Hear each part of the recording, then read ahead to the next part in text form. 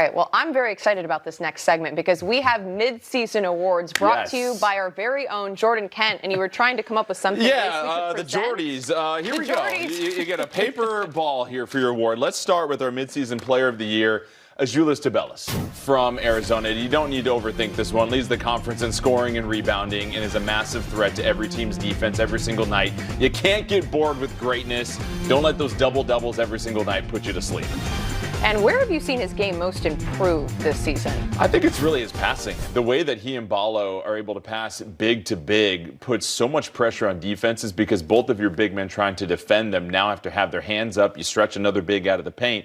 And that, to me, is the key for why Arizona moves the ball so well. Okay, next up, freshman of the midseason. Who has stood out to you? You know, it's a tough one, but Amari Bailey, when he was healthy, he really impacted the floor for UCLA, and I look forward to when he gets back because this Bruins team obviously is not at full strength without him. He is one more proven scorer, and I think just his comfort level and ability to get easy buckets for the Bruins, whether it is these pull-up jumpers or getting into transition. He has a very experienced game and comes in a lot more mature and calm than most freshmen do, and that's why Mick Cronin's been able to count on him so much. Yeah, hopefully he can get back and get healthy because it's been unfortunate he hasn't been able to play for about a month now. Yeah. It's been a minute, so hopefully Amari Bailey gets healthy. Jordan's freshman of the year so far this season. All right, next up, sixth man of the year. Who is doing the best coming off the bench? You know, this was a tough one because rosters are still in fluctuation midway through conference play, but I'm looking at USC Reese Dixon Waters. He's came up huge in a couple of key wins for the Trojans, and anytime you have somebody coming off the bench that can give you offense and defense, and offense in the form of playmaking with the ball in their hands. They don't need to be fed the basketball in order to be productive.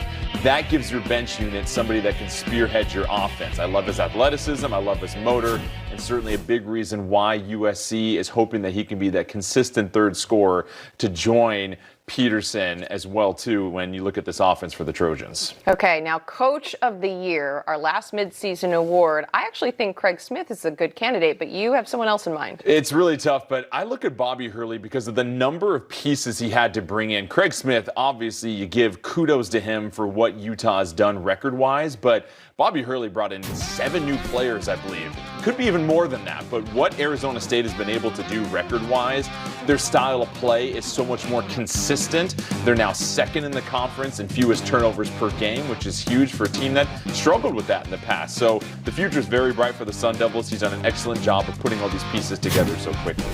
All right, Jordan, those are mid-season awards. We'll have to check back in with you after the season ends to see if everyone's as successful in the second half of Pac-12 play.